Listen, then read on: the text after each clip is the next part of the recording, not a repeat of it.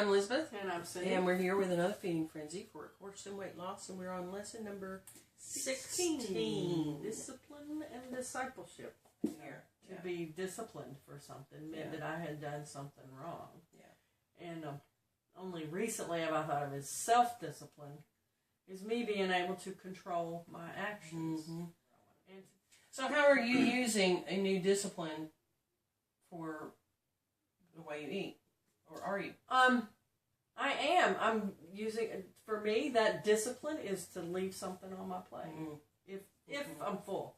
Now, I've been getting smaller portions, so that's part of the discipline too, is just to start with a smaller portion to begin with, so I don't have to leave something on my plate. And then if I go ahead and clean the plate without thinking about it, I don't feel so bad. Yeah.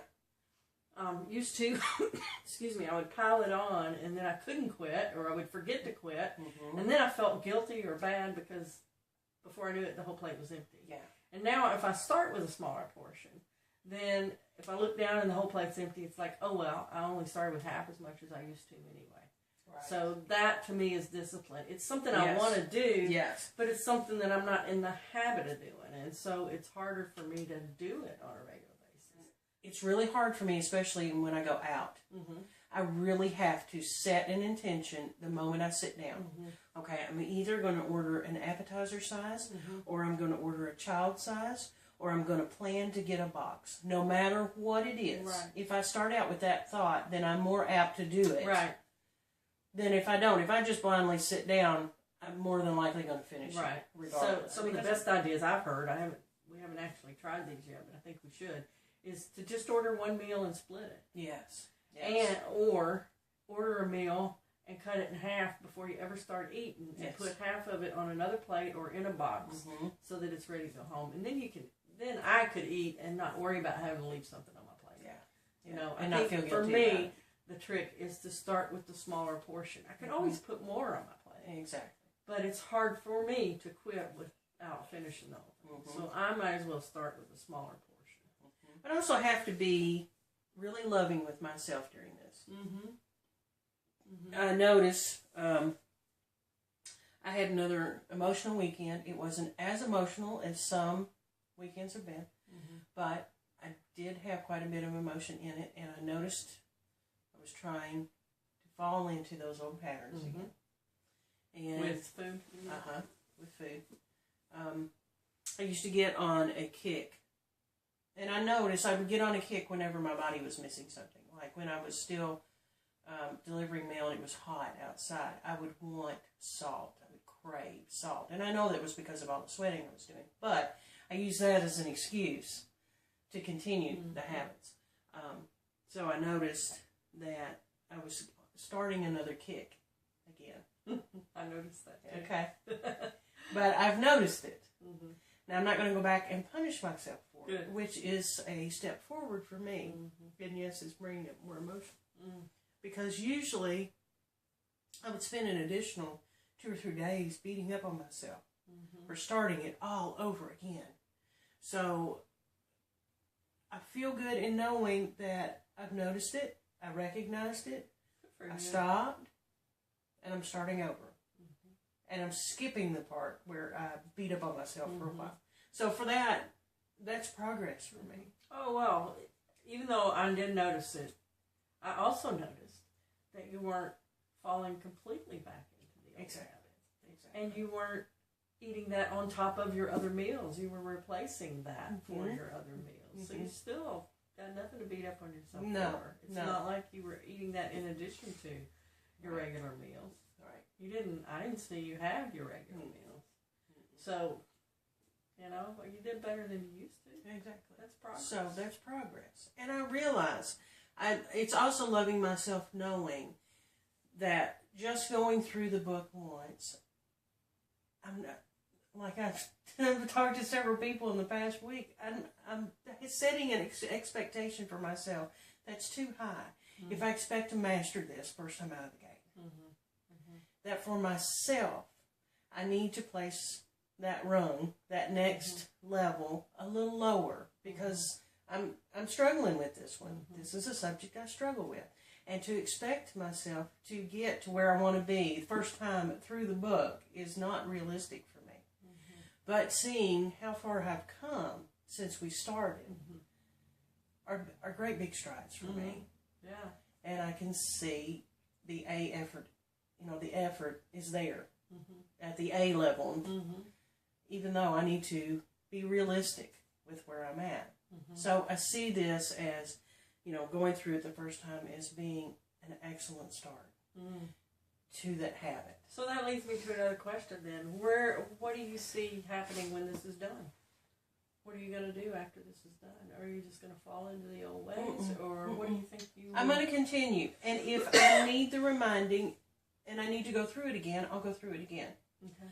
But I plan on leaving the altar and continuing the journaling and that kind of thing. And if I see myself start to slip, or you see me, please remind me. That maybe we need to revisit that chapter again. Do you see what I'm saying? Or maybe I need to go through it again.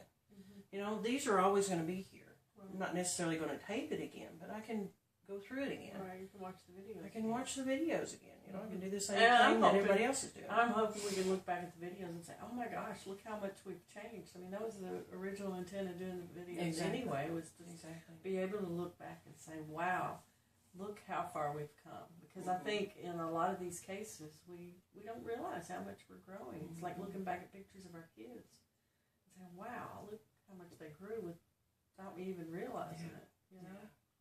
That's good. As far as discipleship for me, to me that means I'm a student of, and so I like that. I like that because I feel like I'm a student of all of this. I don't feel like I've mastered any of it. However, I feel like I'm making progress, and all students make progress if they continue being a student. And I feel like I'm a student for life. I have signed up for the career program, to be a student forever and learn more and more. I don't ever want to get to the point where I feel like I know it all, because I don't, and I won't. The more I learn, the more I realize there is to learn. So I like the word discipleship. I always have, because it always reminded me I'm a student first and a teacher second. And the only way to teach is to keep learning. And keep doing it. And the best way to learn is to teach. So I like the word discipleship. And I never thought of the two together as much as she uses them here. Me either. But I also like the idea of to get divine help, then I have to be a disciple, and I have to surrender everything to Him and learn from Him and turn it over to Him, to let Him do the work, and me just give into that, and not put up a resistance to it, and allow Him to have me to work on, to mold me into what I need to be. It helps me to remember that that's the one way to find my divine purpose, is to be a disciple and to be malleable, if that's a word. To be formed from the clay. Like I said, a little bit ago, that was always set above where I could reach. That one word, that one notion of being a disciple. Now that it's not what I carry with me today. That has changed. But I would get stagnant if I ever become unteachable. Right. And so in order to remain teachable, I have to always be a student. Right. Exactly. Always. Exactly. Now talk to me about meditation. I miss our meditation practice. You're going to make me tear up again, aren't you? We used to have a really nice meditation practice, and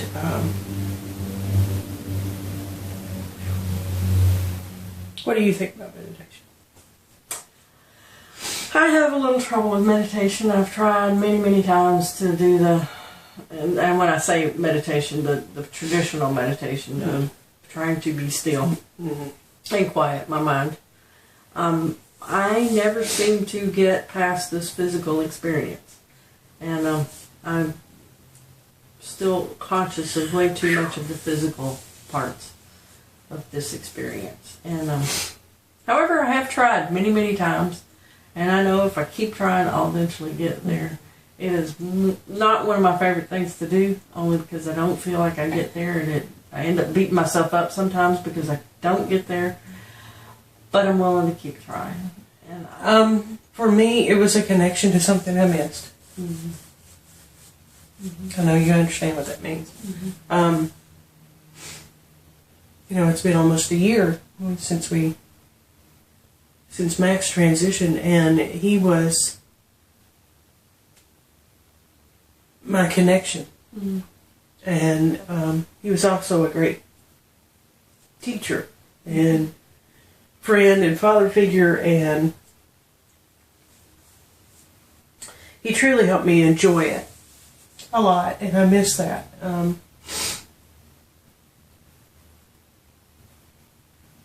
And I'm ready to find that again. I'm ready to find that group and to start that up again. Occasionally since then I've done my own, you know, a little here and there, but nothing that was